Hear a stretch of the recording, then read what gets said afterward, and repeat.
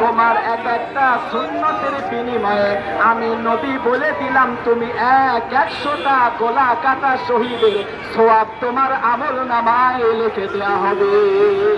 আল্লাহু আকবার বলি, আল্লাহু আকবার।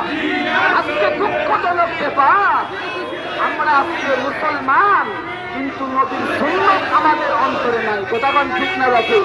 এজন্য এই যে তাফসীরের মাহফিল গুলো হয়, এখান থেকে আমাদের যে শিক্ষা আর যে সবক, সেটি হলো আমাদেরকে সুন্নতের জীবনযাপন এখান থেকে শিখতে হবে। কথাগণ ঠিক না? এখান থেকেই শিখতে হবে। তারেক রহমানের আগমনকে ঘিরে বগুড়ায় স্বেচ্ছাসেবক দলের একটি শুভেচ্ছা মিছিল বের করেছে। স্বেচ্ছাসেবক দল মিছিলটি বগুড়া শহরের প্রাণকেন্দ্র সাতমাথা অতিক্রম করছে। মুক্ত আপনাদের সাথে সরাসরি যুক্ত আছে দৈনিক কর্তব্য।